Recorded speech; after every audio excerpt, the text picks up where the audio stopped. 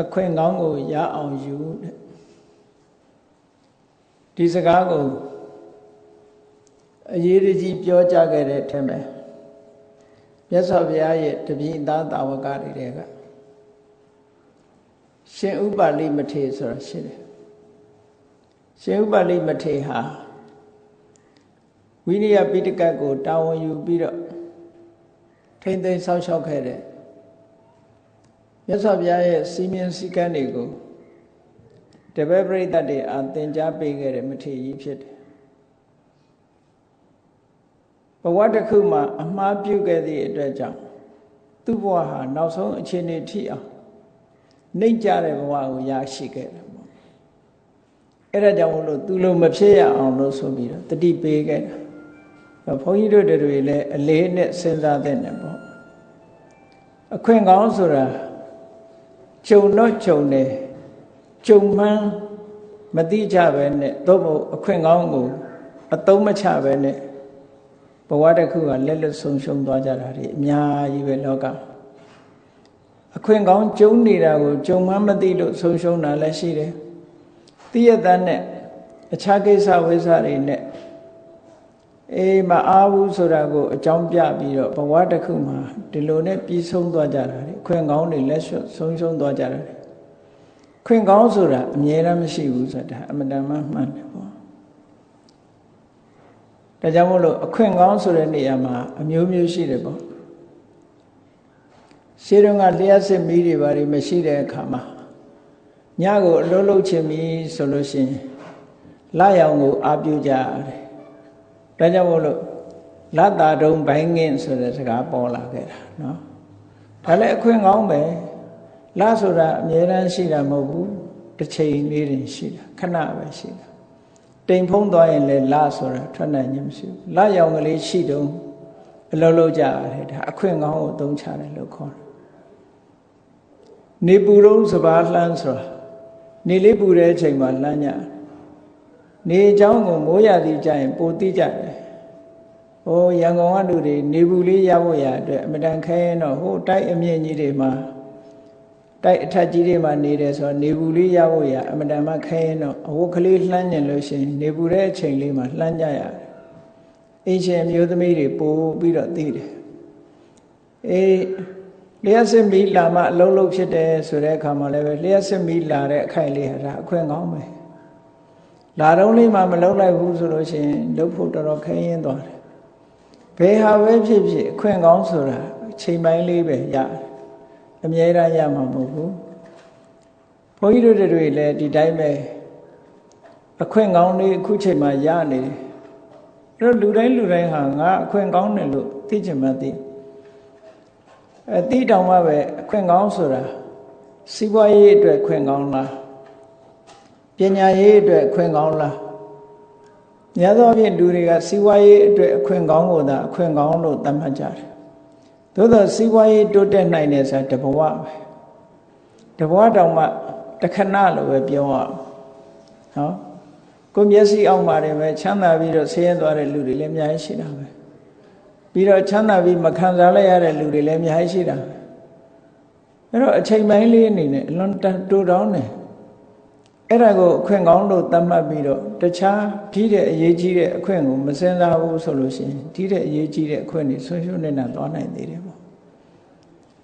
ခုဘုရားဘာသာဝင်သူတော်စင်တွေဖို့မြတ်စွာဘုရားကလမ်းညွှန်ထားတဲ့အခွင့်ကောင်းဆိုတာဘယ်လိုဟာခေါ်တာတော့ဆိုအခုဖျားပွင့်လို့တရားဓမ္မတွေဟောပြောထားလို့သာသနာတော်ကြီးတည်ရှိတယ်အဲ့ဒီတည်ရှိနေတာအခွင့်ကောင်းတစ်ခုပဲနောက်ကိုယ်တိုင်ကစဉ်းစားဉာဏ်ရှိတယ်ကောင်းအကောင်းဆိုအကြောင်းအကျိုးခွဲခြားသိနိုင်တယ်ဒီသိနိုင်တဲ့အချိန်လေးရတယ်ဒါအခွင့်ကောင်းပဲခွင့်ကောင်းတယ်တခါကျတော့မသိနိုင်တဲ့ဘဝရောက်သွားတာရှိသေးတာကိုအဲ့တော့မြတ်စွာဘုရားရဲ့သာသနာပွင့်ဖူးလို့တရားဓမ္မကိုလည်းဟောပြောနေတယ်ကိုသိချင်ရင်သိလို့ရတယ်တရားတွေကိုယ်တိုင်လည်းခံယူနိုင်တဲ့ဉာဏ်စွမ်းနေရှိတယ်အဲ့ဒါလို့အခြေအနေတွေကောင်းနေရတဲ့နဲ့ရခဲ့တဲ့လူဘဝကိုရပြီးတော့အခြေအနေတွေကောင်းနေရတဲ့နဲ့ တရားဓမ္မကိုလိုက်စားမယ်လေ့လာမယ်ဆိုလို့ရှိရင်မြန်မာပြည်မှာအခြေအနေတွေအလွန်ကောင်းတာပဲဘာပဲလေ့လာခြင်းအလွယ်တကူနဲ့ရနိုင်တချို့နိုင်ငံတွေမှာဆိုတရားထိုင်ခြင်းလို့တရားဓမ္မလေ့လာခြင်းတာတောင်မှပဲစစရကုန်ကြစရိတ်တွေအများကြီးရှိတယ်ကုန်ကြမှလေ့လာလို့ရတယ်ခုမြန်မာနိုင်ငံမှာဆိုတာအဲ့လိုမဟုတ်ဘူးနော်အများကြီးအခြေအနေကောင်းတွေရှိတယ်ပေါ့အဲ့လိုအခြေအနေကောင်းတွေရှိတော့စီးပွားရေးဆိုတာဘဝတိုင်းလုပ်လို့ရတယ်ဒီတရားဓမ္မရေးရဆိုတာဘဝတိုင်းလုပ်လို့မရဘူးခုလိုအခြေကောင်းမှလုပ်လို့ရတယ်ပေါ့တခြားနိုင်ငံတွေမှာကြည့်ဘုရားဘာသာမဟုတ်ပေမဲ့လို့စီးပွားရေးလုပ်လို့ရတဲ့ဟာတွေအများကြီးပဲရှိတယ်ပေါ့စီးပွားရေးဘက်ကတိုးတက်လို့ရအောင်လုပ်နိုင်သို့တော့ကိုကျင့်တရားနဲ့အတိတရားရှိဖို့ဆိုတာကြတော့ဒါမျိုးအမတန်မှခရင်တယ်ဒါကြောင့်မို့လို့တို့ဘဝဟာအခုချိန်မှာဘာလုပ်ချင်တယ်လဲအကောင်းဆုံးအခွင့်အရေးဆိုတာပါလဲစီးပွားရေးကိုအခွင့်ကောင်းလို့သတ်မှတ်ရင်ဒီဘဝစာပဲဓမ္မရေးရအတိညာကိုအခွင့်ကောင်းလို့သတ်မှတ်ရင်တော့ဒီဘဝတည်းမကဘူးဘဝပေါင်းမြောက်များစွာကိုယ့်အတွက်အခြေအနေကောင်းတွေရရှိသွားမှာအဲ့ဒါလို့စဉ်းစားဉာဏ်နဲ့တွေးလိုက်မယ်ဆိုလို့ရှိရင်အခုရထားတဲ့အခြေအနေကောင်းကြီးဟာတကယ်ကိုကောင်းနေတယ်လာတာရုံဘိုင်းငင်းဆိုတာလို့လုံးဝမဲ့လှုပ်တဲ့လှုပ်ထိုက်တဲ့အလုပ်တွေတို့လှုပ်ကြရမှာမလှုပ်လိုက်လို့ရှိရင်လာအမြဲတာနေမှာမဟုတ်ဘူးသာသနာနဲ့ကြုံတွေ့ပြီးတော့တို့အသိဉာဏ်ရှိတဲ့ဘဝဖရာတရားတွေလေးလာလို့ရနိုင်တဲ့ဘဝလေးမှာဘာလဲဆိုတာတရားဆိုတာဘာလဲဆိုရင်တရားရဲ့အရသာတို့မြည်စမ်းပြီးတော့မကြည့်လိုက်ဘူးဆိုလို့ရှိရင်နောက်ဓာမျိုးခြုံမှုဆိုတာအများကြီးခဲရင်သွားလိုက်ဝေးသွားလိုက်အဲ့တော့ဝေးသွားမှဒါကိုသိကျင်ပါတယ်ဆိုလို့ရှိရင်အခွင့်ကောင်းဆုံးရှုံးသွားတဲ့အခါမှာပြန်ရဖို့မရှိဘူးပေါ့ဒါကြောင့်မို့လို့ပြောကြတယ်လူပညာရှိတွေကအခွင့်ကောင်းဆိုတာနှစ်ခါမလာဘူးတစ်ခါပဲလာတယ်လို့ပြောကြတယ်ဒါလည်းဟုတ်တဲ့လောက်ဟုတ်တယ်ခွင့်ကောင်းဆိုတာအမြဲတမ်းကြုံတဲ့အနေအထားမရှိဘူးဆိုပါစို့ဖရာသာသနာနဲ့ကြုံနေတယ်မြန်မာနိုင်ငံမှာလည်းလူဖြစ်တယ်တရားဓမ္မတွေအနီးမှာလည်းပဲရှိနေတယ်တရိစ္ဆာန်တကောင်ဟာကြည့်စဉ်းစားကြည့်မယ်ဆိုလို့ရှိရင်သူ့ဖို့မှာဖရာသာသနာကြုံသားပဲနေတာလဲဓမ္မယုံသားမှနေတယ်သို့တော့ကဲသူ့ဖို့မှာတရားသိနိုင်တဲ့အစွမ်းအင်ဟာမရှိဘူးမရှိသည့်အတွက်ကြောင့်သူ့ဖို့မှာဒါတွေကအပူဖြစ်သွားတယ်ပေါ့ခွင့်ကောင်းလို့မခေါ်နိုင်ဘူးအဲ့ဒါကြောင့်မလို့ဘုန်းကြီးတို့အခဏသုတ်တံကိုရှင်းပြီးတော့ဟောထားတယ်၈ယောက်နဲ့၁ယောက်ဆိုတာခွင့်ကောင်းရှိတဲ့လူက၁ယောက်တည်းပဲရှိတယ်အခွင့်ကောင်းလက်လွတ်ဆုံးရှုံးနေတဲ့ပုဂ္ဂိုလ်တွေက၈ယောက်တောင်၈ဦးတောင်ရှိတယ်အဲ့တော့၈ဦးမှတဦးဒီလောက်အခွင့်ရေးနေတဲ့အခွင့်ရေးကြီးကိုတို့ရနေတယ်ရနေတာကိုဒီတန်ဖိုးရှိမရှိမစင်စားမိလို့တန်ဖိုးရှိတယ်လို့မရှိဘူးလို့တန်ဖိုးရှိတယ်လို့ထင်တဲ့အရာတွေတန်ဖိုးမရှိတဲ့အရာတွေနဲ့အချိန်ဖြုံးလိုက်မယ်ဆိုလို့ရှိရင်ဒီအခွင့်ကောင်းကိုလက်လို့ဆုံးရှုံးသွားတယ်ပေါ့ဒါကြောင့်မို့လို့ရှင်ဥပါလိကတတိပေးခဲ့တဲ့စကားလေးတစ်ခုဟာအလွန်မှတ်သားစရာကောင်းတယ်ဒါလေးကိုရှင်းဥစွာမှတ်သားကြဖို့ပေါ့နော်မာဝခဏံဝိရဒေထသူပြောတဲ့စကားပါဠိစကားမို့အခွင့်ကောင်းကြီးကိုလွဲချော်မသွားစေချင်တယ်ဒါအရေးတကြီးသတိပေးလိုက်တာတဲ့ကိုအခြေအနေကောင်းတွေကိုဆုံးရှုံးမသွားစေနဲ့ကိုရထားတဲ့အခြေအနေကောင်းတွေကိုမဆုံးရှုံးစေနဲ့ဘာလို့လဲဆိုခဏလေးနဲ့ဆုံးရှုံးသွားနိုင်တယ်လူဘဝဆိုတာလေကျမ်းမာနေတုန်းပဲအလုပ်လုပ်လို့ရတယ်အသက်ရှိနေတုန်းပဲအလုပ်လုပ်လို့ရတယ်မျက်စိကောင်းနားကောင်းတုန်းပဲလုပ်လို့ရတယ်အခြေအနေဆိုတာအမြဲတမ်းကောင်းနေမှာမဟုတ်ဘူးဒါကြောင့်မို့မာဝခဏံဝိရဒေထကောင်းတဲ့ခဏလေးကိုလွဲချော်မသွားစေနဲ့ဘာဖြစ်လို့တိုက်တွန်းရတာတုံးဆိုတော့သူကဆက်ပြီးမေးရှိတယ်ခဏတိတာဟိသောဆိုရယ်အခွင့်ကောင်းတစ်ခုလက်လွတ်ဆုံးရှုံးသွားတဲ့ပုဂ္ဂိုလ်တယောက်ဟာထာဝရပူပန်းနေရတဲ့အနေအထားမျိုးရောက်သွားနိုင်တယ်တဲ့ဟုတ်တယ်ဆုံးရှုံးသွားပြီဆိုရင်ပြန်ယူလို့လည်းဘယ်လိုမှမရတော့အဲ့ဒါအတွက်တအုံတွေနေစိတ်ပူနေတာစိတ်ပူတာပဲရှိတယ်ကောင်းလာမှာတော့မဟုတ်တော့ဘူးပေါ့ခွင့်ကောင်းဆိုတာမရနိုင်ဘူးပေါ့ ဒါကြောင့်မို့တိုက်တွန်းစကားပြောတယ်တဒတ်ထေဝါယမေးရထားကိုယ့်အတွက်အကောင်းဆုံးအလုပ်တွေကိုလုပ်ဖို့လိုတယ်ကိုယ့်အတွက်အကောင်းအဲ့တော့ကိုယ့်အတွက်အကောင်းဆုံးလုပ်ဆိုတာစဉ်းစားဖို့လိုတယ်မစဉ်းစားရင်တော့သူများလုပ်တာပဲလိုက်လုံးမှာပဲလောကလူတွေဆိုတာလေသူများလုပ်တဲ့လမ်းကြောင်းပေါ်ပဲလျှောက်တယ်ဥပမာမဲ့ဒီနာလက်ဖက်ရည်ဆိုင်ဖွင့်လို့ကြီးပွားတယ်ဆိုရင်လည်းငါလည်းလက်ဖက်ရည်ဆိုင်ဖွင့်အောင်မှပဲကြီးပွားအောင်သူများလုပ်တဲ့အလုပ်ကိုလိုက်လုပ်တာနော်ရှေ့ကဒီလိုလုပ်လို့ကြီးပွားသွားရင်လိုက်နေတာအဲ့ဒီလမ်းပဲလိုက်လျှောက်တယ်အဲ့တော့စဉ်းစားရမှာကိုယ့်အတွက်တကယ်အကျိုးရှိတဲ့အလုပ်လားအကျိုးရှိတယ်ဆိုတဲ့အခါမှာအတိုင်းတာတစ်ခုအထိရှိတာလားသို့တော့အတိုင်းတာမဲ့အမတန်ကြီးမားတဲ့အကျိုးရှိတာလားဒါဟာမစဉ်းစားဘဲနဲ့မနေသင့်ဘူးပေါ့စဉ်းစားတဲ့နဲ့အတိုင်းအကျိုးနှစ်ခုရွေးချယ်တဲ့အခါမှာအကျိုးရှိတယ်ဆိုတာတက္ကနာတာအကျိုးရှိတာကိုရွေးမှလားဟုတ်လားတဘဝလုံးအတွက်အကျိုးရှိတာရွေးမှလားနောက်ဆုံးတသန္တရာလုံးအတွက်အကျိုးရှိတာကိုရွေးမှလားဘဝတစ်ခုမှာအစမပြေလို့ဒုက္ခရောက်သွားတာတွေကိုမျက်စိအောက်မှာအများကြီးရှိတယ်လူတွေလည်းရှိတယ်တိရစ္ဆာန်တွေကိုစဉ်းစားကြည့်လိုက်လူတွေရဲ့ညှဉ်းပန်းနှိပ်စက်မှုအောက်မှာတိရစ္ဆာန်လောကတိရစ္ဆာန်တွေဟာဒုက္ခရောက်နေကြပုံကိုကြည့်တယ်သူတို့လည်းတစ်ချိန်တစ်ခါတုန်းကဘုရားရဲ့တရားတော်ရာဆိုရင်တစ်ချိန်တစ်ခါတုန်းကသူတို့လည်းလူဖြစ်ခဲ့မှာပဲလူဖြစ်ခဲ့လို့ကံကောင်းအကြောင်းလားလို့တိရစ္ဆာန်ဘဝရောက်ရင်လူတွေရဲ့အနိုင်ကျင့်မှုကိုခံပြီးတော့နေကြအဲ့ဒီအချိန်ကျမှဒီကောင်းတဲ့အလုပ်ကိုလုပ်ချင်ပါတယ်အကျိုးရှိရာရှိကြောင်းလုပ်ချင်ပါတယ်ဆိုလို့ဘယ်လို့မှသူတို့မှအခွင့်အရေးမရှိနိုင်ဘူးပေါ့အဲ့ဒါတွေကိုအလေးနဲ့ထားစဉ်းစားပြီးတော့ရှင်ဥပလိကတဒတ်ထေဝါယမေးရထားတယ်အကောင်းဆုံးအကျိုးရှိတဲ့ပုံမှာကြိုးစားအထောက်ကြပါတဲ့ခနောဝပฏิပါတိတော်သင်တို့မှာလှုပ်လို့ဖြစ်တဲ့အချိန်ကြီးဟာအခုဟာအခွင့်ကောင်းကြီးရှိနေတယ်လှုပ်လို့ရ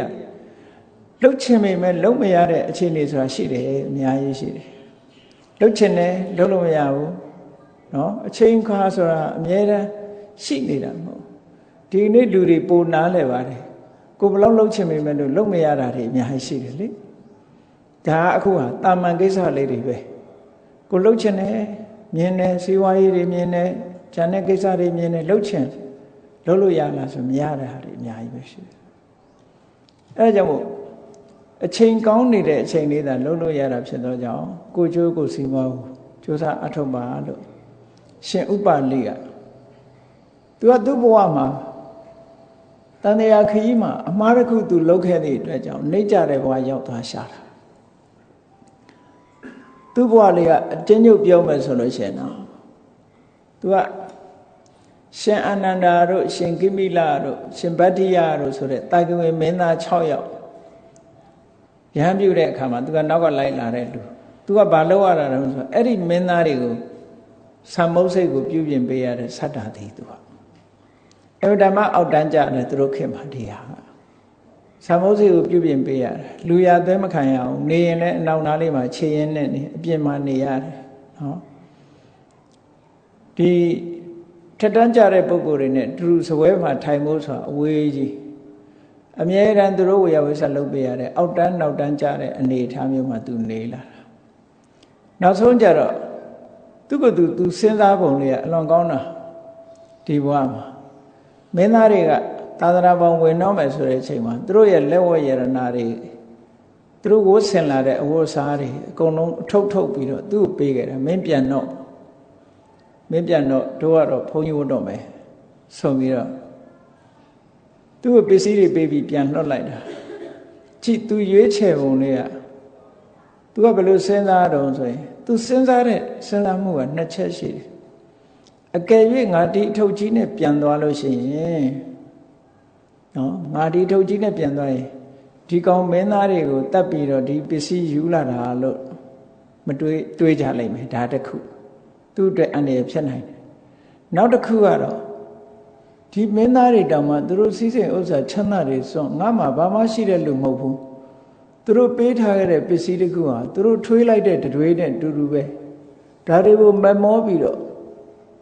ငါကိုကျိုးကိုစီပွားကိုမလုံနိုင်ဘူးဆိုရင်ငါလူညမ်းဖြစ်တော့မှာပေါ့ဒါကြောင့်မို့လို့သူတို့ထွေးတဲ့တွေငါမထွေးဘူး သူတို့လိုချင်တဲ့မမျိုးဘူးသူတို့လိုချင်တဲ့သူတို့ပေးခဲ့တဲ့ပစ္စည်းတွေငါမလိုချင်ဘူးငါလည်းပဲသူတို့ရှာတဲ့တရားမျိုးရအောင်ရှာမယ်သူတို့တောင်ရှာရသေးတာငါလည်းရှာလို့ရအောင်မယ်ဆိုအထုပ်ကြီးသစ်ပင်ချိတ်ထားခဲ့ပြီးတော့သူလည်းလိုက်သွားနောက်ကဟိုရောက်တဲ့အခါကျတော့မင်းသားတွေကဖះစီရောက်တော့သူလည်းနောက်ကပါလာတော့ဟာမင်းမပြန်မဲနဲ့ဘာလို့လိုက်လာလဲဆိုသူကစဉ်းစားတဲ့အကြောင်းပြောပြတာအဲ့မင်းသားတွေကလည်းသဘောထားကောင်းကြတယ်အေးဟုတ်တယ်တဲ့မင်းပြန်သွားလို့ရှိရင်တော့မင်းအသက်ခံရင်အသက်ခံမှာတဲ့ဒီအထုပ်ကြီးနဲ့အေးမင်းလိုက်လာတာကောင်းတယ်ဆိုပြီးတော့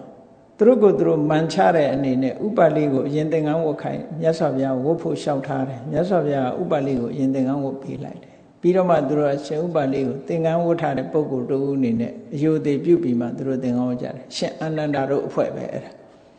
တာဂိဝေမင်းသား6ယောက်ရဟန်းခံတယ်ဆိုတယ်အဲ့တော့စဉ်းစားပုံလေးတွေကိုကြည့်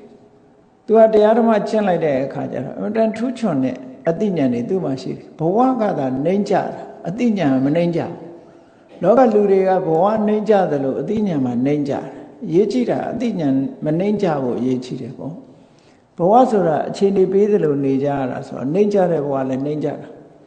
လောကလူတွေကပတ်စံမရှိရင်နှိမ့်ကြတယ်လို့သတ်မှတ်ကြတာလည်းရှိတာပဲမျိုးရိုးမကောင်းရင်လည်းနှိမ့်ကြတယ်လို့ပဲသတ်မှတ်ကြတယ်အဲ့တော့ပိုက်ဆံတို့မျိုးရိုးတို့ဟာလူရဲ့အဆုံးဖြတ်မဟုတ်ဘူးလူရဲ့တန်ဖိုးမဟုတ်ဘူးလူရဲ့တန်ဖိုးဆိုတာအသိဉာဏ်ပဲပေါ့အခုအသိဉာဏ်နဲ့ကြိုးစားလိုက်တဲ့အခါရှင်ဥပလိဟာသူကသာသနာတော်မှာ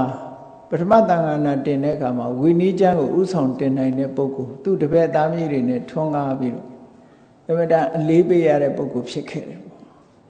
ဒါအောက်တန်းစားဘဝကတက်သွားတာပေါ့သူဘာလို့ဒီလိုအောက်တန်းစားဖြစ်တုံဆိုရင်သူမင်းသားဘဝတစ်ခါတော့ပိစိကဗုဒ္ဓတပါးကိုစော်ကားခဲ့တယ်စော်ကားမော်ကပြောခဲ့ဘူးတယ်သူကအေးအောက်တန်းစားပုဂ္ဂိုလ်တို့ပိစိကဗုဒ္ဓတို့ဘာလို့ဆိုတာသင်္ကန်းတွေဘာတွေဝတ်ထားတာကပန်းတကူသင်္ကန်းတွေဘာတွေဝတ်ထားတာဆိုတော့တောက်တောက်ပြောင်ပြောင်မဟုတ်ဘူးတောက်တောက်ပြောင်ပြောင်မဟုတ်ဘူးဖြစ်တယ်လို့ပန်းတကူသင်္ကန်းလူတကာမလို့ခြင်းတဲ့အဝတ်ကိုဆက်ချုပ်ပြီးတော့ဝတ်ထားတာဆိုတော့သူတို့စိတ်ထဲမှာတရောင်းစားလို့ထင်တာလူကလည်းအဲ့ဒါလို့တရောင်းစားကြီးပဲလို့ဆိုပြီးတော့အထင်မြင်သေးပြီးတော့ဒါမျိုးသိကြောက်ဖို့ကောင်းတယ်ပေါ့အဲ့တော့မြင်သမျှတွေပေါ်မှာကိုယ့်ရဲ့အထင်သေးအမြင်သေးတို့စော်ကားမှုတို့မပြုမိအောင်ဘသူကမှစော်ကားမှုမပြုအောင်ဟိုတနာခြင်းတနာစော်ကားတာမျိုးမလုပ်သင့်ဘူးပေါ့နော်အဲ့တော့တကယ်ကိုသူတော်ကောင်းကိုသွားစုံစားမိတဲ့အခါကျတော့သူ့စိတ်ထားအတိုင်းပဲဘဝတွေမှာနှိမ့်ကြတဲ့ဘဝဟာကြီးပဲဖြစ်ရတယ်နောက်ဆုံးမှာရဟန္တာဖြစ်မဲ့ဘဝတောင်သူကအောက်တန်းစားမှသွားဖြစ်တာဗမာပြည်ကလူတွေကသိမသိလို့အိန္ဒိယနိုင်ငံမှာဆိုလို့ရှိရင်ဇတ်နိုင်နေတာအန်တချေပုံမထိမကန်ရတဲ့လူမျိုးတွေထိရင်တနာတယ်လို့ပြောတာတကယ်ကိုခဏိထိရှိတာနော်ဘလောက်ခင်မိတဲ့တိုးတက်ပါတယ်ဆိုတဲ့အချိန်ရောက်တော့မှပဲဒီအန်တချေပုံတွေကလူတွေကအထိမခံဘူးအိန္ဒိယနိုင်ငံမှာအဲ့ဒီလူတွေက majority ပဲအများစုဇတ်နိုင်နေအဲ့ဒါကြောင့်မလို့ဘဝဆိုတာဒီလူအတိုင်းဝိုင်းဆိုတာလည်းမတူညီကြဘူးစိတ်ထားခြင်းမတူညီကြဘူးအေးဒါကြောင့်မို့လို့ကိုဟာအဆင့်မြင့်တဲ့ဘဝလူအထင်မသေးခံရတဲ့ဘဝဖြစ်ဖို့ဆိုတဲ့နေရာမှာကိုယ့်ရဲ့စိတ်ထားနှလုံးသားကလည်းအမှန်တမ်းအရေးကြီးတယ်လွယ်မှာတန်တရားခရီးသွားမှာအမှားတစ်ခုလုပ်မိလို့ရှိရင်တန်တရားမှာခံရတတ်တယ်ပေါ့အဲ့တော့ဒီရှင်ဥပါလိမထေရကသူ့ရဲ့ကိုယ်တွေးကိုပြောပြပြီးတော့ဆုံးမတာတဒတ်ထေဝါယမေယာထအကျိုးရှိတဲ့အလုပ်တွေလုပ်ကြသမှာတဲ့ကိုယ့်အတွက်အကျိုးရှိတဲ့အလုပ်ကိုလုပ်စမ်းမှာအကျိုးရှိဆိုတာဒီဘဝတည်းအကျိုးရှိတာမဟုတ်ဘူးတန်တရားပါအကျိုးရှိနိုင်တဲ့အလုပ်တွေလုပ်ပါလို့ဒီလိုပြောတာဘာဖြစ်လို့လုပ်ခိုင်းတာတော့ဆိုခနောပฏิပါတိတော့စီးပွားရှာလို့ရတဲ့ဘဝဆိုတာဘယ်နေရာမဆိုရှိနိုင်တယ်ဘယ်တန်တရားဘယ်ဘဝမျိုးမဆိုလူဘဝရရင်စီးပွားရှာလို့ရနိုင်တဲ့အခြေအနေတွေရှိတယ်တရားဓမ္မကိုနှလုံးသွင်းခွင့်ကျင့်ဆောင်ခွင့်ဆိုတဲ့အခွင့်အရေးကြတော့နေရာတိုင်းမရဘူးအချိန်တိုင်းလည်းမရဘူးခေတ်တိုင်းလည်းမရနိုင်ဘူးဟောဒါကြောင့်မို့လို့နောက်ဆုံးမှာကုံကိုပြောလို့ရှိရင်အသိဉာဏ်ရှိတဲ့ဘဝရအောင်ကြိုးစားသမှာလို့ပြောရမှာဘာလို့လဲဆိုရင်လောကလူတွေကယရနာလို့သတ်မှတ်ပြီးတော့ရှာဖွေတာဘာတွေတုံးဆိုတော့စိတ်တို့များတို့ကြောက်တို့ပရမညာတို့ ဒါတွေကိုယရနာလို့သတ်မှတ်တာမြတ်စွာဘုရားကတော့ယရနာလို့အဲ့ဒါတွေကိုမသတ်မှတ်ဘူးဒါလူဝါဟာရအနေနဲ့ခေါ်ခြင်းခေါ်ဖို့ယရနာမြတ်စွာဘုရားကအေးယရနာအစစ်ဆိုတာအဲ့ဒီစိတ်နေရွှေတွေဗရမ ्या တွေမဟုတ်ဘူးတဲ့ပညာနရဏံယတနာအသိပညာသာလူရဲ့ယရနာလို့ဆိုလို့တယ်ဟိုဟာတွေကကိုကခဏတစ်ပြုတ်ပဲပိုင်ဆိုင်ခွင့်ရှိတာလေဗမာပြည်မှာလည်းစဉ်းစားကြည့်ရင်သိပါတယ်ယရနာကုံတယ်တွေဟုတ်လားနောက်ဆုံးသေတော့ပြစ်ထားခဲ့ရတာတို့ယရနာတွေအလူခံလဲရတာတို့အသက်ခံလဲရတာတို့ ਨੇ ဒီယရနာအကြောင်းပြုပြီးတော့ဒုက္ခရောက်တာတွေအများကြီးပဲလေအများကြီးပဲတကယ်တော့ကိုပိုင်နေဆိုင်နေဆိုတာခဏတစ်ပြုတ်ပဲမပိုင်မဆိုင်တာတွေအများကြီးဖြစ်သွားတယ်။ဩတကယ်ထာဝရပိုင်လို့ရတဲ့ပိုင်ဆိုင်မှုကဘာလို့ဆိုအသိပညာဒါကြောင့်မို့လို့မြတ်စွာဘုရားကတကယ်အစစ်မှန်ပညာနရဏံရတနာပညာသီးသာလင်လူသားတွေအတွက်ယရနာဖြစ်ပါတယ်။ကျန်တာတွေကယရနာလို့ခေါ်တာနေကြတာတစ်သက်လုံးလည်းပိုင်လို့ရတာမဟုတ်ဘူးတစ်သက်လုံးကောင်းကျိုးကြီးပေးတာလည်းမဟုတ်ဘူးတကယ်ပညာဆိုတာကြတော့ကိုယ့်အတွက်ကောင်းကျိုးချမ်းသာပေးတယ်ပညာဆိုတာဘာလဲလှုပ်တဲ့နာမလှုပ်တဲ့နာခွဲခြားသိတယ်အကြောင်းအကျိုးအကောင်းဆိုးခွဲခြားသိတယ်အခွင့်ကောင်းကြုံတယ်မကြုံဘူးခွင့်ကောင်းရှိတယ်ဘာလှုပ်တဲ့နယ်ဆိုတာသိတဲ့ပညာဟာသာလင်တကယ်ယရနာအစစ်ပါအဲ့ဒီယရနာကိုသာပိုင်ဆိုင်မှုကြိုးစားရမှာတဲ့ခိုးပိုင်ယရနာတွေကိုပိုင်ဆိုင်ရင်ခဏပဲပိုင်မှာတဲ့ပိုင်ယုံနေမကောက်ကိုဒုက္ခပေးသေးတယ်အဲ့ဒီယရနာတွေကဒါမို့ကိုယ်တိုင်ပိုင်အောင်ကြိုးစားရမှာတော့ပညာတည်းဟူသောယရနာပဲလို့ဒီလိုဆိုလိုတာပေါ့နော်အဲ့ဒါလို့အခွင့်ကောင်းဆိုတာဒီသူ့ဟာသူအခွင့်ဆိုတာလာတာပဲလာတဲ့အချိန်လေးမှာအသုံးချလိုက်မှအသုံးမချဘူးဆိုရင်မရလိုက်ဘူးပဲဘုန်းကြီးတို့တွေအခွင့်ကောင်းကောင်းနေတဲ့အချိန်မှာဥမာမဲ့သာသနာအခုထွန်းနေတယ်တရားဓမ္မတွေပွင့်လင်းနေတယ်ဟောကြားနေအေးတခြားကိစ္စဝိစ္စတွေနဲ့လှည့်မကြည့်အောင်တရားဆိုတာလည်းဘာမှမသိဘူးစိတ်မဝင်စားဘူးအလုံးနဲ့ပဲနေ့စဉ်ရှုပ်နေတယ်ဆိုတော့ဒီအခွင့်ကောင်းကြီးကဒီတိုင်းနေမှာမဟုတ်ဘူးကိုယ့်ဘက်ကလည်းဆုံးရှုံးသွားနိုင်တယ်ဒီအခြေအနေကောင်းကြီးကလည်းပဲဏီကုန်းချုပ်သွားနိုင်တယ်ပေါ့အဲ့ဒီနှစ်ခုစလုံးကိုယ့်ဘက်ကလည်းဏီကုန်းချုပ်တယ်အခြေအနေကောင်းလည်းဏီကုန်းချုပ်သွားတယ်ဆိုတော့မှကိုယ်ဘာမှမရလိုက်တဲ့အခါကျတော့မှဒါမျိုးပြန်ရကြမှာတယ်ဆိုလို့မရတော့ဘူးပေါ့ဒီလိုဆိုလိုတာပေါ့အဲ့တော့ဘဝတစ်ခုဘုန်းကြီးတို့တွေရလာပြီဆိုလို့ရှိရင်ပညာဟာလူသားတို့ရဲ့ယရနာဖြစ်သည့်အတွက်ကြောင့်မြတ်စွာဘုရားဟောထားတဲ့သုတ်တန်တစ်ခုမြတ်စွာဘုရားကလူဖြစ်လာလို့ရှိရင်ဒီမျက်စိနှစ်ဖက်ကန်းနေတဲ့ပုဂ္ဂိုလ်တယောက်ကိုဒုက္ခိတလို့ခေါ်တယ်လို့လူဖြစ်လာပြီးတော့ဘာမှမသိတဲ့ပုဂ္ဂိုလ်မျိုးမဖြစ်သင့်ဘူးတဲ့နော်လောကကြီးမှာဒီ population တစ်ခုကိုသူကခွဲကြည့်လိုက်မယ်ဆိုရင်လူဦးရေကိုပိုင်းခြားပြီးတော့ကြည့်မယ်ဆိုလို့ရှိရင်ဘာမှမသိတဲ့လူဒန်းစားတစ်ခုရှိတယ်လူတွေထဲမှာဘာမှမသိဘူးဘာမှမသိဘူးဆိုတာဘာပြောတာတော့ဆိုတာစီးပွားရေးလည်းမသိဘူးကုသိုလ်ရေးလည်းမသိဘူးစီးပွားရေးအကြောင်းဆိုတာလည်းမလုပ်တတ်ဘူးကုသိုလ်ရေးအကြောင်းဆိုတာလည်းမလုပ်တတ်လောကလူတွေအများကြီးပါစီးပွားမလုပ်တတ်လို့သူများဝန်တန်းလုပ်နေတာတွေလည်းအများကြီးရှိတာပဲလေနော်စီးပွားဆိုတာမလုပ်တတ်ဘူးလေမလုပ်တတ်တာအဲ့ဒါဘယ်လိုလုပ်ရင်လူတိုင်းစီးပွားလုပ်တတ်တာမဟုတ်ဘူးအဲ့တော့စီးပွားရေးမျက်စိဆိုတာမရှိဘူးပညာရေးမျက်စိဆိုတာမရှိဘူးကုသိုလ်ရေးမျက်စိဆိုတာမရှိဘူးမရှိလို့ရှိရင်ဒါမျက်လုံးနှစ်ဖက်ကန်းနေတာနဲ့တူတယ်လို့ဒီလိုဟောတာနောက်တစ်ခုကျတော့တချို့ကမျက်စိတစ်လုံးပဲရှိတယ်တစ်ဖက်ပဲရှိတယ်နှစ်ဖက်မပြည့်စုံတစ်ဖက်သာရှိတယ်ဆိုတဲ့ပုဂ္ဂိုလ်ကစီးပွားရေးတက်တက်တာရှာတယ်ကိုချင်းတရားနဲ့ပတ်သက်ပြီးတော့မျက်ွယ်ပြုတ်ထားတယ်အဲ့ဒီပုဂ္ဂိုလ်မျိုးကိုတစ်ဖက်မြင်ပုဂ္ဂိုလ်လို့ခေါ်တယ်အဲ့ဒီတစ်ဖက်မြင်ပုဂ္ဂိုလ်ကအလွန်ကြောက်စရာကောင်းတယ်မြတ်စွာဘုရားကဟောတာစီးပွားရေးမျက်စိသာရှိပြီးတော့ကိုချင်းတရားနဲ့ပတ်သက်တဲ့မျက်စိမရှိဘူးဆိုလို့ရှိရင်ပတ်စံရပြီးရောစီးပွားဖြစ်ပြီးရောလှုပ်ချင်တာတွေအကုန်လုပ်တယ်နော်ဘာပဲဖြစ်ဖြစ်လုပ်တယ်အကောင်းလည်းလုပ်တယ်ဘိုင်ဟုဘိုင်ဂရုဆိုတာဟိုတရားတဲ့နေရောမတရားတဲ့နေရောပတ်စံရရင်ပြီးရောစီးပွား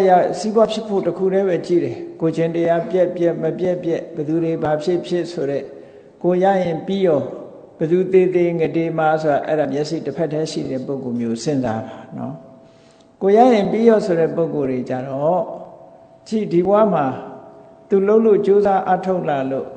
ပိုက်ဆံတော့စုမိကောင်းစုမိလိမ့်မယ်ရကျင်လည်းရလာလိမ့်မယ်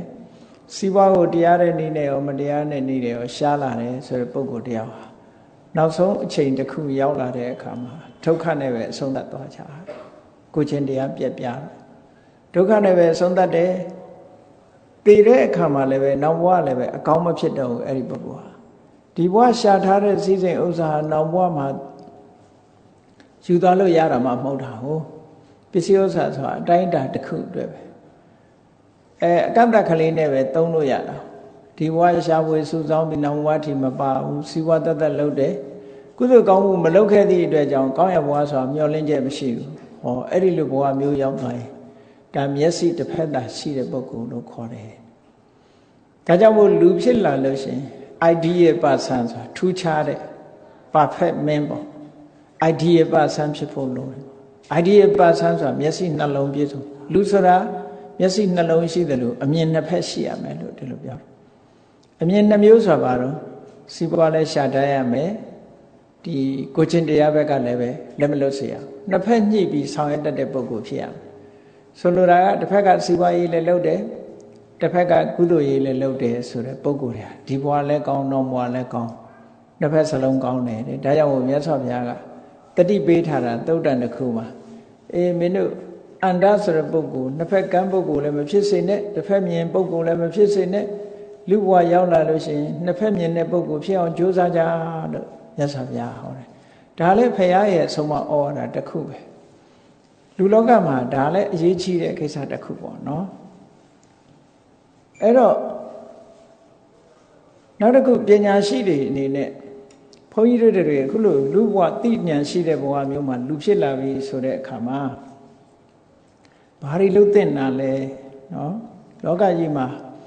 အခုလိုလူဖြစ်လာတဲ့အချိန်လေးမှာဘာတွေလုပ်သင့်တယ်လဲကောင်းကျိုးချမ်းသာတွေရအောင်လူတိုင်းဟာချမ်းသာခြင်းနဲ့ကောင်းကျိုးချမ်းသာရခြင်းနဲ့တို့တော့ကောင်းကျိုးချမ်းသာရခြင်းရဲ့အကြောင်းတရားကြတော့လူတိုင်းမသိဘူးရလာတာကိုတော့ကြီးပွားတိုးတက်လာရင်လူတွေသိတယ်ဘာကြောင့်ကြီးပွားတိုးတက်တယ်ဆိုတဲ့အခြေအနေအစစ်မှန်ကိုမသိဘူးတခါတလေကျတော့အပေါ်ယံလေးကိုကြည့်ပြီးတော့လူတွေကဆုံးဖြတ်ကြတယ်ပေါ့ဘာကြောင့်ရတယ်ဘာကြောင့်ရတယ်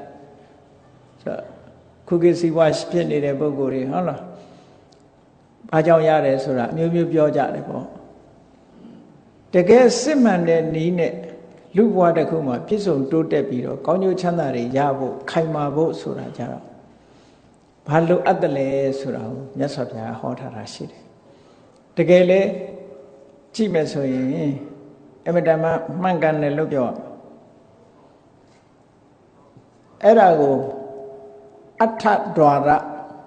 ဒီလိုသုံးတာတယ်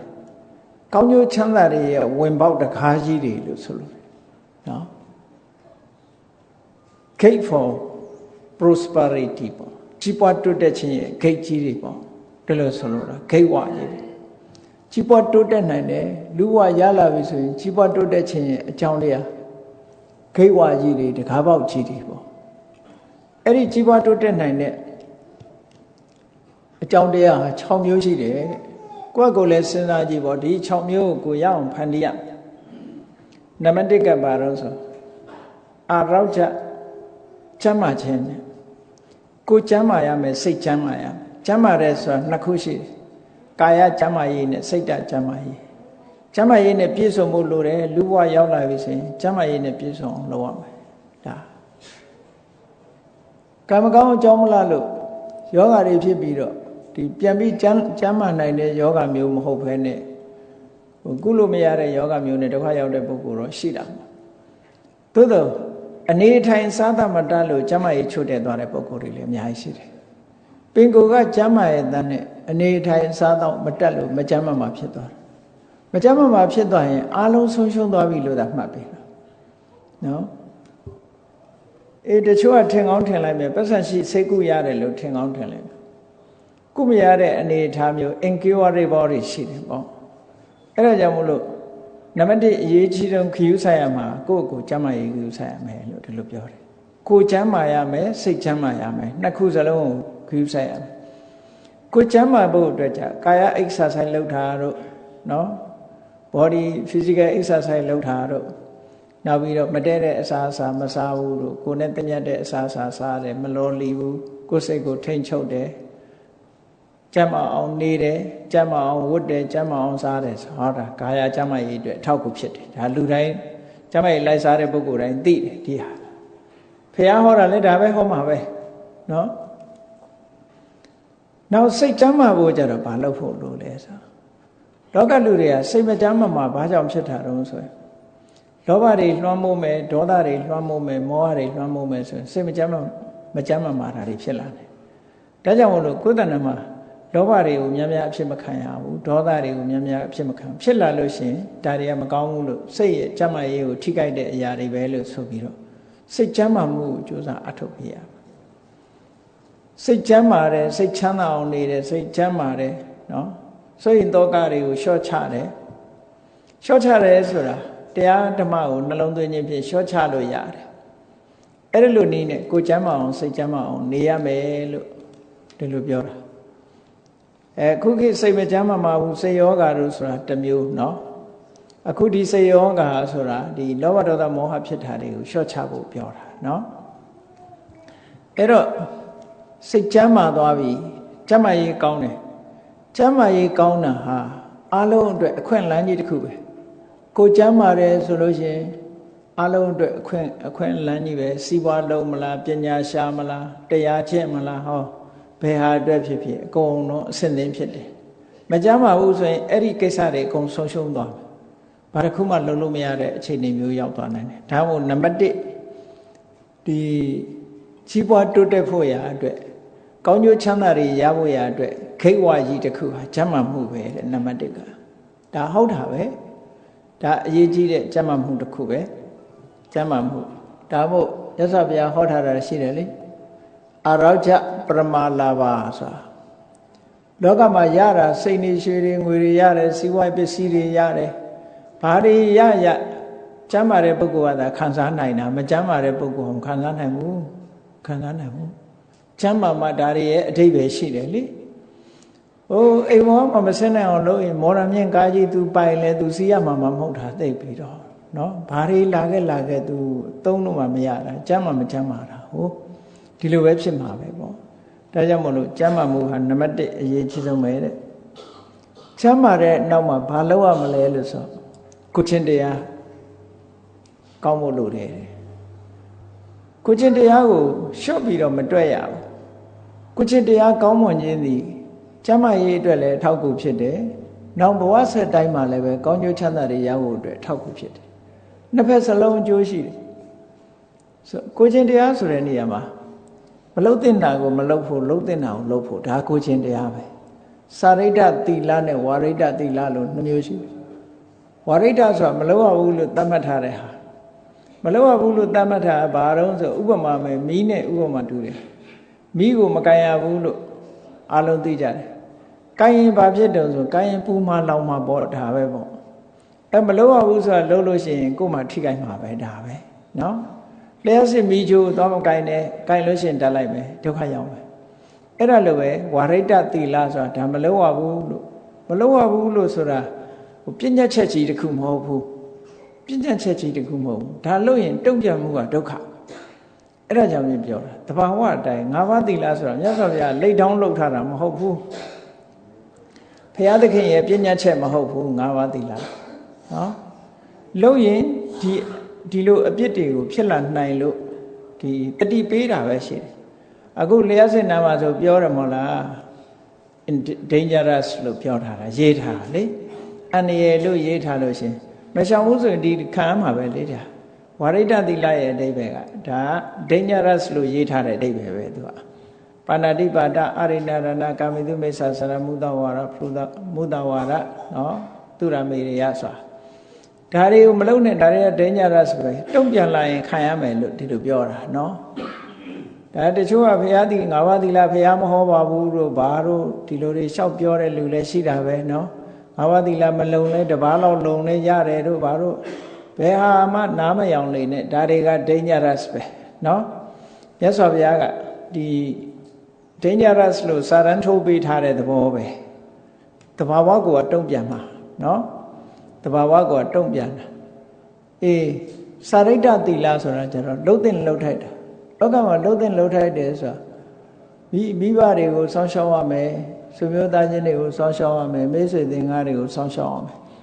လောကမှာလှုပ်တဲ့လှုပ်ထိုက်တဲ့အလုပ်တွေကိုလုပ်တယ်ဒါစာရိတ္တသီလ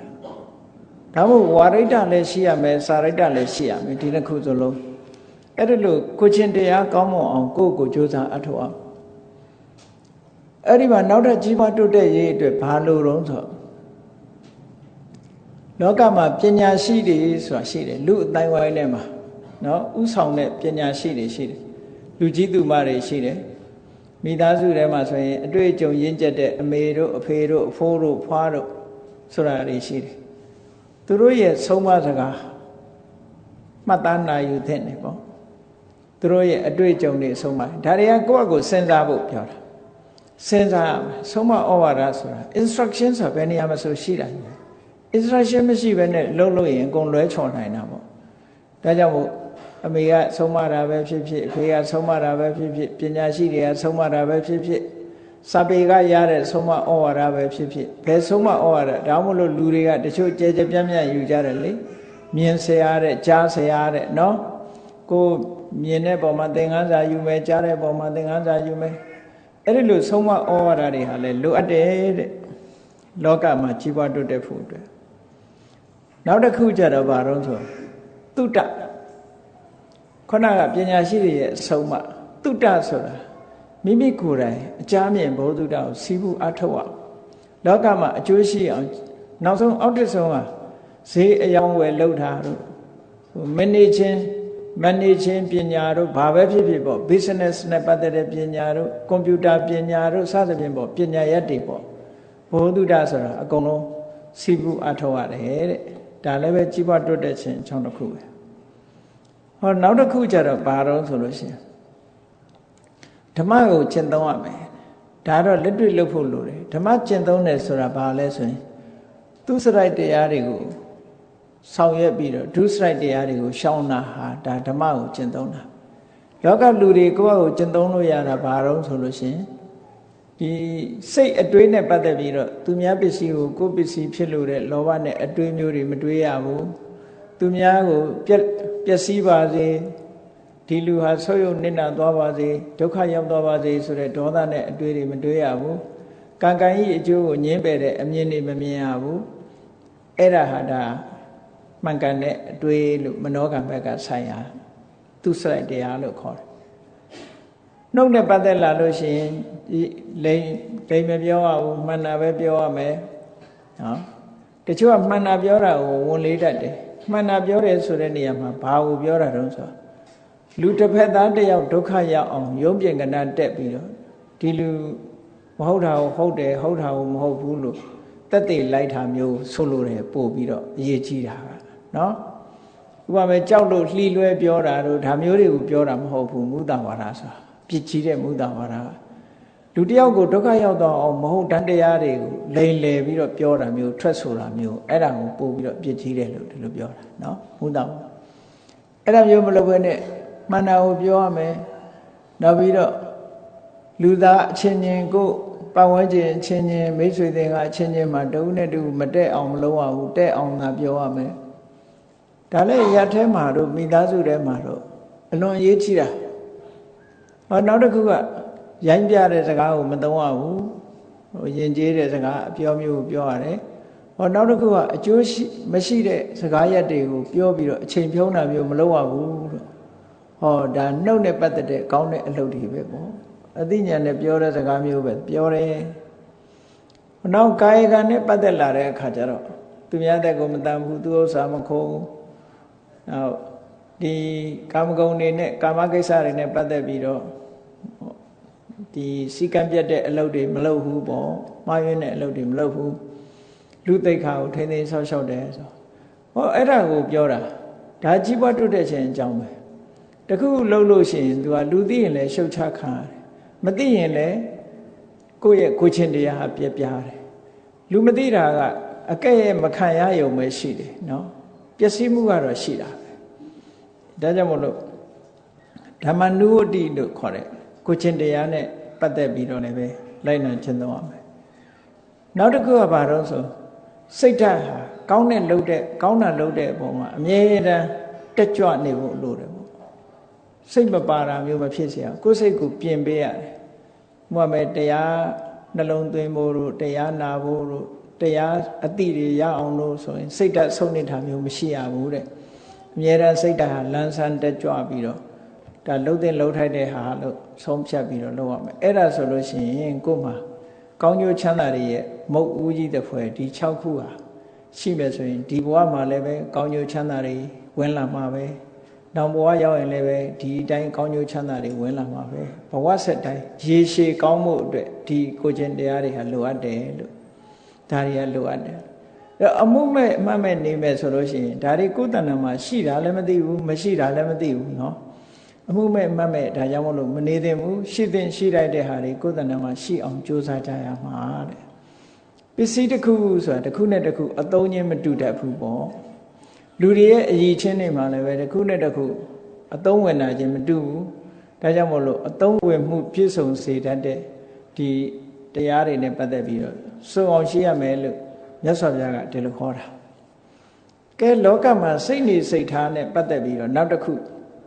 သုတ်တန်တစ်ခုကိုကြည့်ကြမြတ်စွာဘုရားလူဘဝရလာလို့ရှိရင်တဲ့ခုနအန္တသုတ်တန်မှာဟောထားတဲ့မျက်စိအမြင်နှမျိုးရှိရမယ်ဆိုတာ ਨੇ သွားပြီးတော့နီးစပ်တယ်ပေါ့ကြည့်လူတွေအတွက်ကောင်းဖို့အချက်၄ချက်ဒါကလက်တွေ့လိုက်နာသုံးသပ်ဖို့ကောင်းမှုအချက်၄ချက်ကဘာလဲလို့ဆိုရင်ဓက္ခံဂါပတံတာရု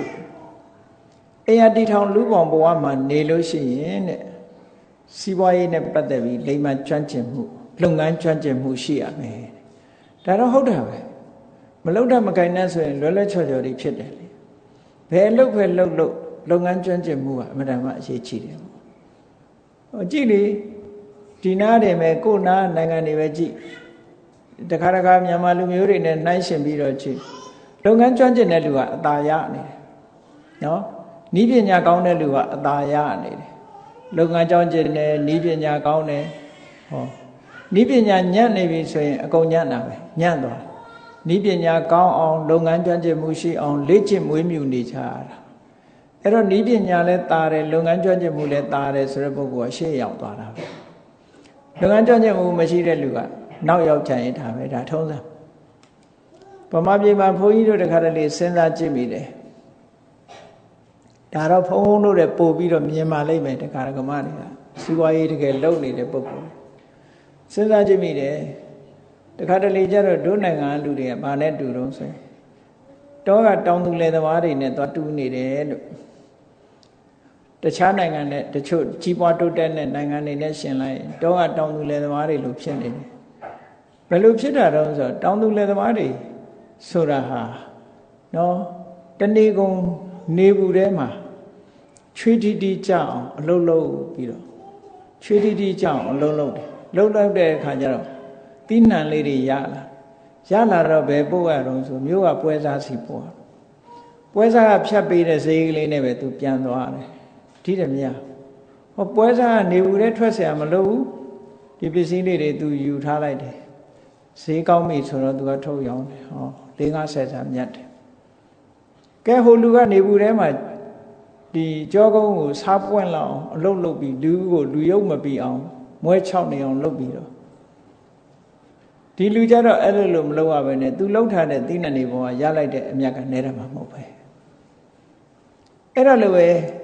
မြန်မာပြည်မှာလည်းပဲကြည်တရားသာတပစ္စည်းတွေကိုနိုင်ငံခြားတိုင်းပြည်တွေမှာဒီတိုင်းပြီးရောင်းလိုက်မယ်ဆိုလို့ရှိရင်ဟိုကလူတွေကဆယ်စားမကမြတ်သွားတယ်ဒီကလူတွေကလုံးလိုက်ရတာကိုယ်စီကပစ္စည်းတွေက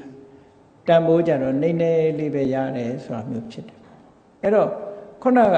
တစ်နှစ်ပတ်လုံးနေဘူးတဲ့ရုံးကန်လုံးရတဲ့ပုဂ္ဂိုလ်ကဥပမာတသိန်းရတယ်ဆိုရင်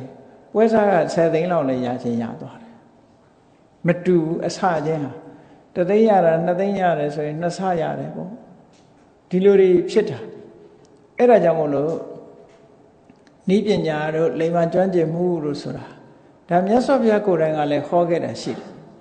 ဥဋ္ဌာဏတမ္မရာတဲ့စီးပွားရေးဖြစ်ဖို့ရအတွက်မင်းတို့ဥဋ္ဌာဏတမ္မရာရှိရမယ်ဥဋ္ဌာဏဆိုတာအမြဲတမ်းတက်တက်ကြွကြွကြိုးစားအထောက်နေတာကိုဥဋ္ဌာဏတမ္မရာခေါ်တယ်ကြိုးစားတယ်ဆိုတာဘာတော့ဆိုရင်လူမအလုပ်ဆိုတာအချိန်အကြာကြီးမရှိဘူး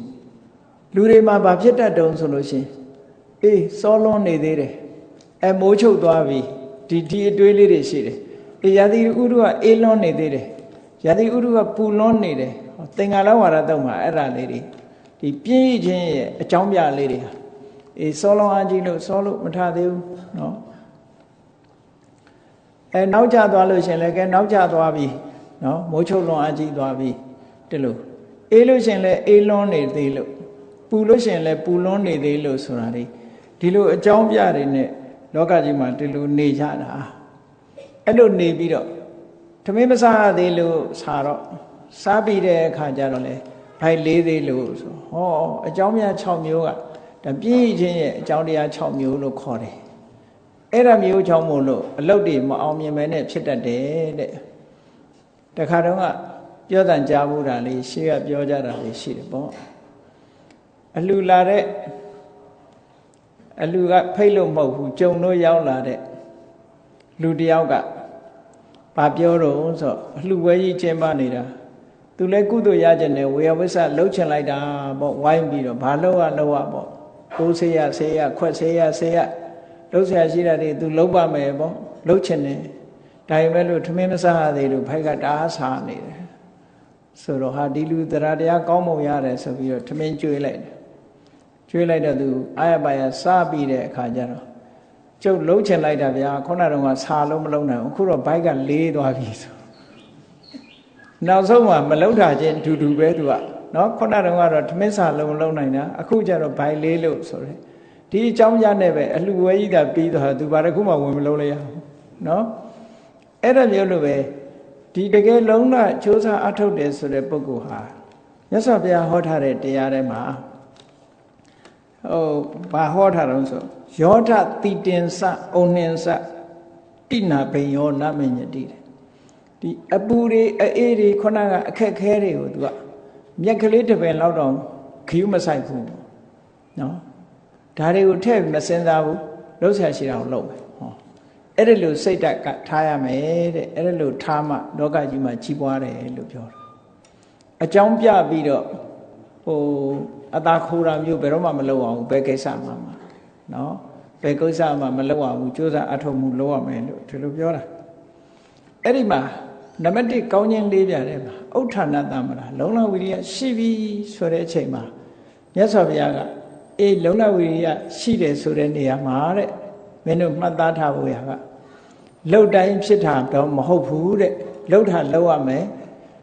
အဲ့ဒီထဲမှာဘာပါတော့ဆိုဒက္ခလုပ်ငန်းကျွမ်းကျင်မှုရှိရမယ်အနလတဇွဲကောင်းရမယ်ဥပယဝိမန္တနိပညာကောင်းရမယ်ဟောအဲ့ဒါမှလောကကြီးဟာမှန်ကန်တယ်တဲ့လှိတ်မရတဲ့ကြောက်တုံးကြီးကိုလာပြီးတော့တွန်းနေလို့ကတော့အချိန်သာကုန်သွားမယ်ရွေ့မှာမဟုတ်ဘူးလေအဲ့ဒါအလုတ်လို့မတတ်မှတ်ဘူးအကျိုးမထွက်ရင်အလုတ်လို့မတတ်မှတ်ဘူးလောက်ကြတဲ့အကျိုးထွက်တဲ့အလုတ်ပဲလုပ်ရမယ်လို့ဒီလိုဆိုလို့အဲ့ဒါကြောင့်မို့အေယတီထောင်လူပုံဘဝမှာနေတဲ့ပုဂ္ဂိုလ်တိုင်းဟာလိမ္မာကျွမ်းကျင်မှုရှိမှကောင်းတယ်တဲ့ဒါကတော့အားလုံးလည်းသိပြီးသားပဲเนาะတစ်ခုနောက်တစ်ခုကဘာလို့ဆိုရင်ကိုရှာဖွေလို့ရလာတဲ့ပစ္စည်းကိုဒီကိုမိသားစုကိုမိဘဆွေမျိုးအားလုံးနဲ့ share လုပ်ပြီးတော့သုံးပါတဲ့ကိုတယောက်တည်းမသုံးပါနဲ့ဒါအားလုံးရဲ့မေတ္တာဓမ္မရကိုရတာကိုစားတဲ့လူတယောက်ဟာကြံတဲ့လူကလည်းသူ့အပေါ်မှာမေတ္တာမထားဘူးလေ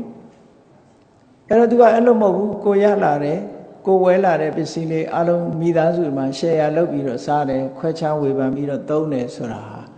ဒါလူလောကမှာရှိတဲ့ရှိလိုက်တဲ့ကိစ္စတဲ့ဒါကြောင့်မို့မြတ်စွာဘုရားကစီးပွားရှာပြီးတော့ဘယ်လိုသုံးရမယ်ဆိုတာဟောထားတာရှိတယ်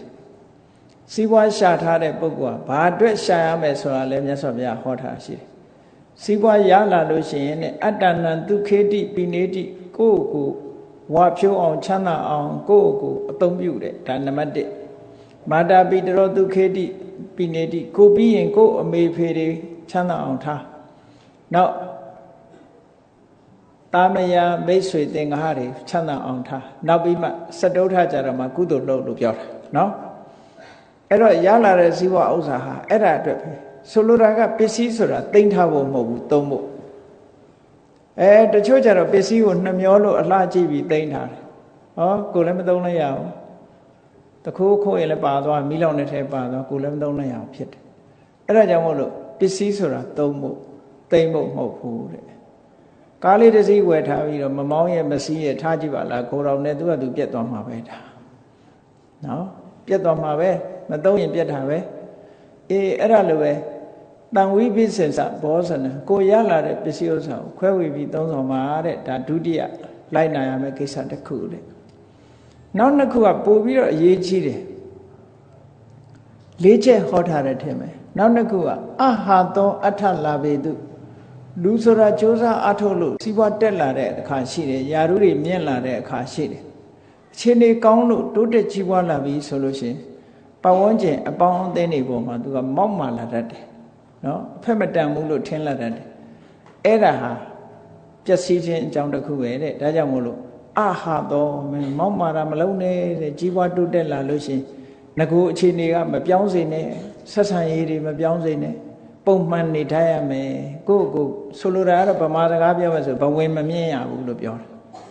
ကြီးပွားတိုးတက်လာတဲ့အခါမှာဘဝင်မမြင့်နဲ့ဘဝင်မြင့်ရင်အ ਨੇ ဆုံးပတ်ဝန်းကျင်ကမုန်းလိုက်မယ်မုန်းရင်မိတ်ဆွေတွေရဲ့ခင်မင်မှုတွေပျက်စီးသွားမယ်နောက်ဆုံးမှမိသားစုတဲ့တောင်မှပဲပြောတန်ကြဘူးတယ်အမေဖေတို့ကကိုသားသမီးကိုပဲပြောလို့ဆိုလို့မကောင်းဘူးဒီကောင်မာနတွေတက်နေတယ်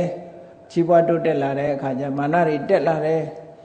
ပြောလို့ဆိုလို့မကောင်းဘူးဆိုမိဘအစားပြီးတော့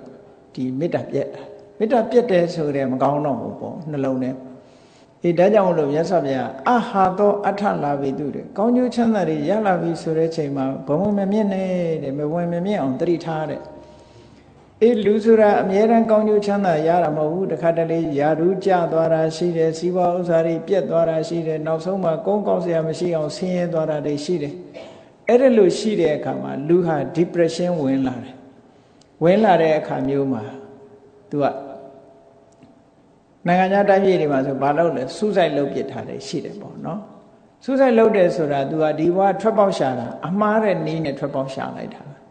နောက်ဘဝမှာကောင်းစားသွားမလားဆိုဒီတဆိုးတဲ့ဘဝရောက်သွားနိုင်တယ်သူကဘာလို့ဆိုကိုယ့်ကိုတတ်သေးတယ်ဆိုတဲ့လူကဒေါသနဲ့တတ်သေးတာဖြစ်သည့်အတွက်ကြောင့်ဒီတဆိုးတဲ့ငရဲရောက်သွားနိုင်တယ်သူကအဲ့ဒီကိုတတ်သေးတဲ့ဒီအမှုကငရဲကိုရောက်သွားနိုင်တယ်ပေါ့တေဂန်ဒီမှာစိတ်ကပြောင်းသွားရင်တော့မပြောနိုင်ဘူးပေါ့များသောအားဖြင့်ကိုတတ်သေးလို့ဒီဒေါသနဲ့သာသိရင်ငရဲဘဝရောက်တယ်သူကအကယ်၍ဒေါသပြေးပြီးတော့ကုသိုလ်ကောင်းမှုတွေတတိယလို့မသိခင်လေးမှာစိတ်ကလေးပြောင်းသွားတာတော့လူမသိနိုင်ဘူးပေါ့ဒါမှမဟုတ်ကိုတတ်သိပြီးတော့လူပြန်ဖြစ်တယ်ဆိုတာခေါင်းကဂျားထဲမှာအပြောင်းလဲလေးတွေဖြစ်တတ်တယ်ပေါ့နော်အဲ့ဒါလို့ဒီပျက်စီးလာပြီဆိုတဲ့အခါလူမှာ depression ဝင်လာတတ်တယ်အဲ့ဒါလို့လည်းမဝင်စေနဲ့တဲ့အထဗျပတ္တိအဗျထောကိုကျိုးကိုစီးပွားတွေပျက်စီးဆုံးရှုံးလာတယ်ဆိုတဲ့အချိန်မှာမတုံ့နှုံနဲ့တဲ့ဘာကြောင့်ပျက်စီးတာတော့အကြောင်းတရားကိုရှာဘယ်လိုယတ္တိရမလဲဆိုအကြောင်းတရားကိုရှာကြည့်လေနိုင်ငံသားတွေမှာကြည့်ပေါ့ကုမ္ပဏီကြီးတွေစီးပွားရေးပြက်ကတ်နဲ့ဂျုံတာတွေရှိတယ်လေမိတ်ဆွေသင်္ကားတွေနဲ့အဖြေရှာပြီးတော့သူတို့ကုစားကြတာပဲပံ့ပိုးပေးကြတာဘန်ကရဖြစ်တော့မယ်ဆိုလို့ရှိရင်ဝိုင်းပြီးတော့ support လုပ်ကြတာပဲလေအဲ့တော့လူလည်းကိုအချင်းချင်းဟာ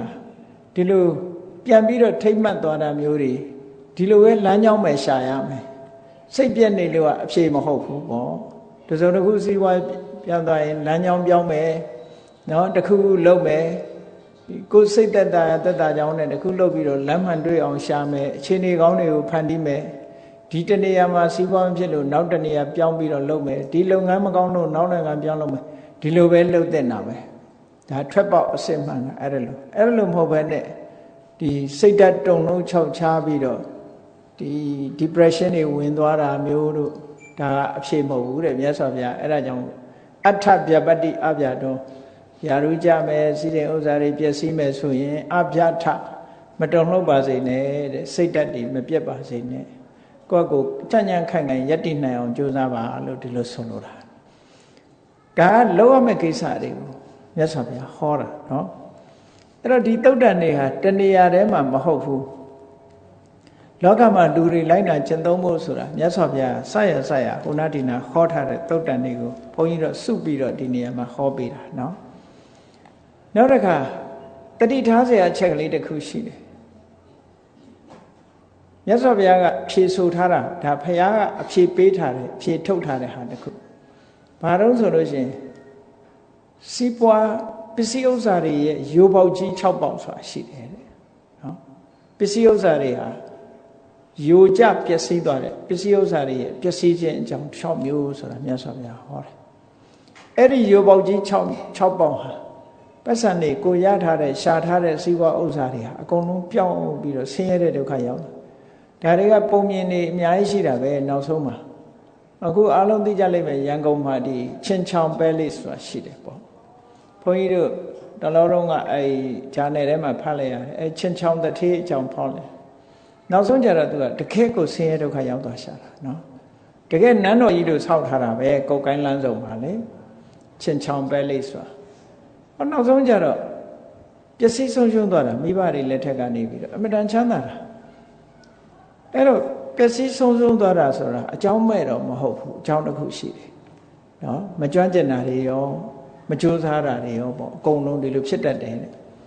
အဲ့ဒီမှာမြတ်စွာဘုရားကဟောထားတာတော့လောကမှာစီးပွားရေးပစ္စည်းဥစ္စာတွေရဲ့ရိုးပေါက်ကြီး6ခုဆိုတာဘာလဲပစ္စည်းဥစ္စာဘယ်တော့မှမတည်ဘူးတဲ့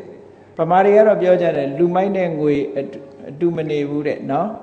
လူမိုက်နဲ့ငွေအတူမနေဘူးဟိုပတ်စံ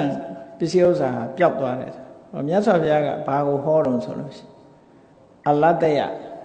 လူပြင်းတဲ့ဆိုရင်ငွေဟာအတူမနေဘူးတဲ့နံပါတ်1ကပြင်းကြီးလို့ရှိရင်ပြင်းတယ်ဆိုတာခုနပြောတော့ပူလွန်းတယ်